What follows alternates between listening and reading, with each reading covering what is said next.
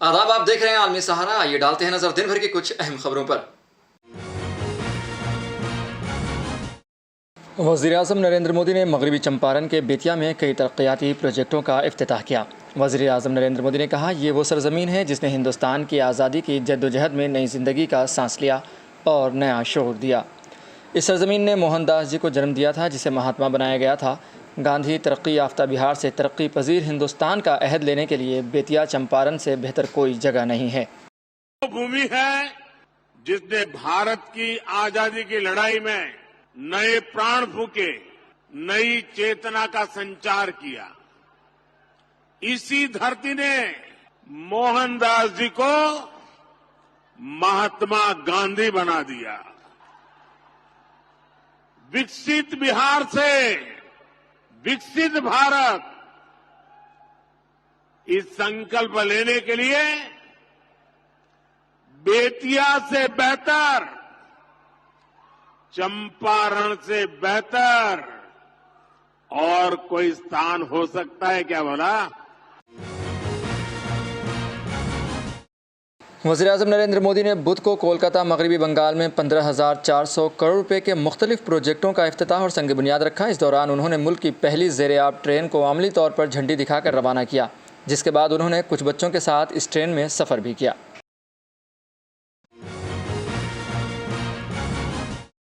कांग्रेस के साबिक सदर राहुल गांधी ने कल ही पेपर लीक को एक अजाब करार दिया था और आज ही उस अजाब का जिम्मेदारान की गिरफ्तारी की खबर आ गई। उत्तर प्रदेश की STF ने उत्तर प्रदेश पुलिस भर्ती इम्तिहान पेपर लीक मामले में 6 लोगों को गिरफ्तार किया है। इन मुलजिमीन के पास से सवाल और जवाब के पर्चे भी बरामद हुए हैं। ये तमाम मुलजिमीन मेरठ के रहने वाले हैं। कांग्रेस सदर मल्लिकार्जुन खड़गे ने कहा कि जब भी बीजेपी लीडर तकरीर करते हैं तो कांग्रेस के बारे में मनफी बात करते हैं। कुछ दिन पहले शिवराज सिंह चौहान जी ने कहा कि राहुल गांधी जी और खड़गे जी मिलकर कांग्रेस को तबाह करने का काम कर रहे हैं। लेकिन सवाल ये पैदा होता है कि बीजेपी ने शिवराज सिंह चौहान को इक़्तिदार से क्यों हटाया? शिवराज चौहान को क्यों निकाला गया? क्या कारण था? पहले तुम्हारा बोलिए ना। क्या तुम्हारे को बीजेपी खत्म हो रही है इसीलिए निकाले, या आपको नजदीक नहीं आने दिए मोदी? इसका कारण क्या है बताओ, बाद में हम अपना उत्तर देंगे। शिवराज सिंह ये भूल गए हैं, व्यापम घोटाले में बड़ी घोटाला हुआ, हम पार्लियामेंट में उठाए, लेकिन शिवराज सिंह उस वक्त कुछ नहीं कहे। कांग्रेस के रुकने पार्लियामेंट राहुल गांधी ने कहा कि बीजेपी ने कबायलियों को जंगल में रहने वाले कहना शुरू कर दिया है। कबायली का मतलब होता है वो शख्स जो इस ज़मीन का पहला मालिक था। ये लोग नहीं करते। मैं नहीं चाहता कि आप जानें, लेकिन एक वक्त था जब इस पूरे मुल्क में कबायली रहते थे, क्योंकि अगर वो आपको कबायली कहते हैं तो उन्हें आपको जंगल, पानी और ज़मीन का हक देना पड़ेगा। आप देश के पहले मालिक हो और ये आपको आदिवासी नहीं कहना चाहते, क्योंकि अगर ये आपको आदिवासी कहेंगे तो इन्हें आपको जंगल, जल और जमीन का हक देना पड़ेगा। क्योंकि आप कहोगे मोदी जी, शिवराज जी, हम आदिवासी हैं। आदिवासी शब्द का मतलब है कि हम हिंदुस्तान के सबसे पहले मालिक हैं।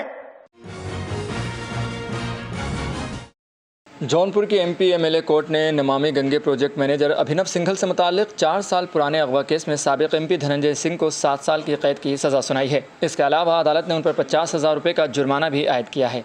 इससे पहले जब साबिक MP धनंजय सिंह पुलिस हिरासत में अदालत पहुंचे तो उनके हामियों की भीड़ अदालत के बाहर जमा हो गई और नारेबाजी शुरू कर दी। उत्तर प्रदेश के दारुल हुकूमत लखनऊ में दिल दहला देने वाला हादसा पेश आया है। यहाँ एक घर में सिलेंडर का जोरदार धमाका हुआ है, जिसकी जद में उस घर के 9 अफराद आ गए। इन तमाम को अस्पताल ले जाया गया, जहाँ 5 लोगों की मौत हो गई और 4 की हालत तशवीशनाक है। फायर ब्रिगेड महकमे के एहलकारों ने जाए हादसे पर पहुंचकर काफ़ी मशक्क़त के बाद आग पर काबू पाया। गाज़ियाबाद में नकली दवाएं बनाने वाली एक फैक्ट्री पकड़ी गई है। जिस पर कार्रवाई करते हुए ड्रग डिपार्टमेंट ने 1 करोड़ 10 लाख रुपए की नकली अद्वियात जब्त की हैं। ये नकली अद्वियात मारूफ कंपनियों के नाम पर पैक करके फ़रोख्त की जा रही थी। ये कार्रवाई गाज़ियाबाद के राजेंद्र नगर और भोपुरा इलाके में हुई है, जहां ड्रग डिपार्टमेंट ने छापा मारा है। इस मामले में एक शख्स को गिरफ्तार किया गया है। मगरबी बंगाल के वज़ीर आला ममता बनर्जी ने कहा कि तमाम लोगों को आना चाहिए और बंगाल के अमन, इत्तेहाद, रिवायत की हिफाजत के लिए अपनी आवाज़ बुलंद करनी चाहिए। इससे पहले भी आज़ादी की लड़ाई में बंगाल ने सबसे ज़्यादा जंग लड़ी थी। मुल्क बेदार हो जाओ, इसी बंगाल को इस्तेहसाली, महरूम, लूट मार करने वाली पार्टी से बचाने के लिए आगे आओ।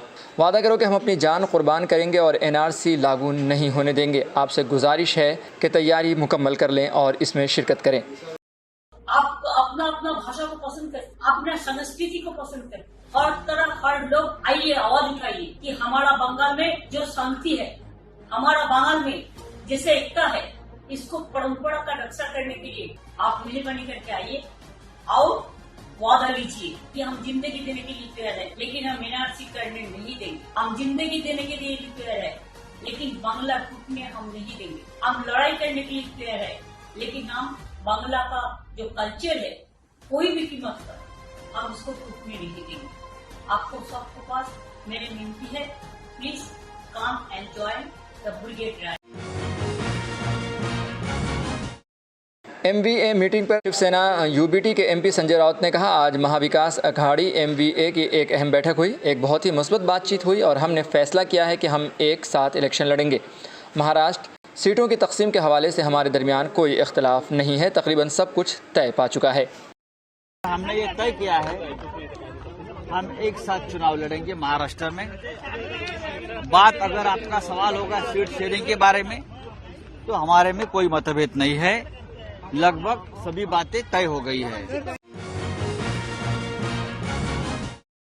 रियासत भर में हरियाणा तालीमी बोर्ड के 10वीं और 12वीं के इम्तहानात जारी हैं। हरियाणा तालीमी बोर्ड ने इम्तहानात में नकल को रोकने के लिए इंतजामात किए थे, लेकिन तमाम इंतजामात तकलीद के सामने रहे। जो वीडियो हम आपको दिखा रहे हैं वो नूह ज़िला की तवाडो सब डिवीज़न की है। कल 5 मार्च को हरियाणा स्कूल एजुकेशन बोर्ड के 10वीं क्लास के फिजिकल एजुकेशन इम्तहान में धोखाधड़ी हुई।